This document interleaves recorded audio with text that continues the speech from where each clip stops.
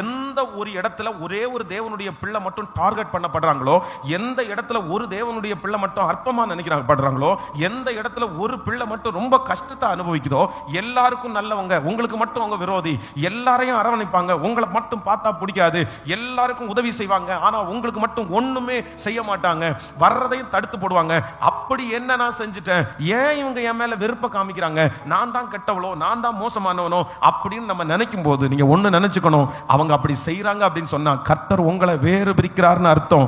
ஆண்டவர் உங்களுக்கு செய்யணும்னு நினைக்கிறாரு, ஆண்டவர் உங்களை தூக்கி விடணும்னு நினைக்கிறாரு.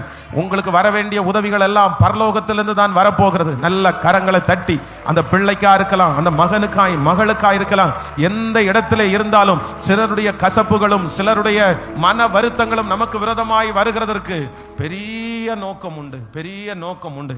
அப்போ அந்த இடத்துல நம்மளை யாரதான் நம்மளை சார்ந்து கொள்ளணும்னா நம்ம கர்த்தர் ஒருவரே சார்ந்து கொள்ளணும்.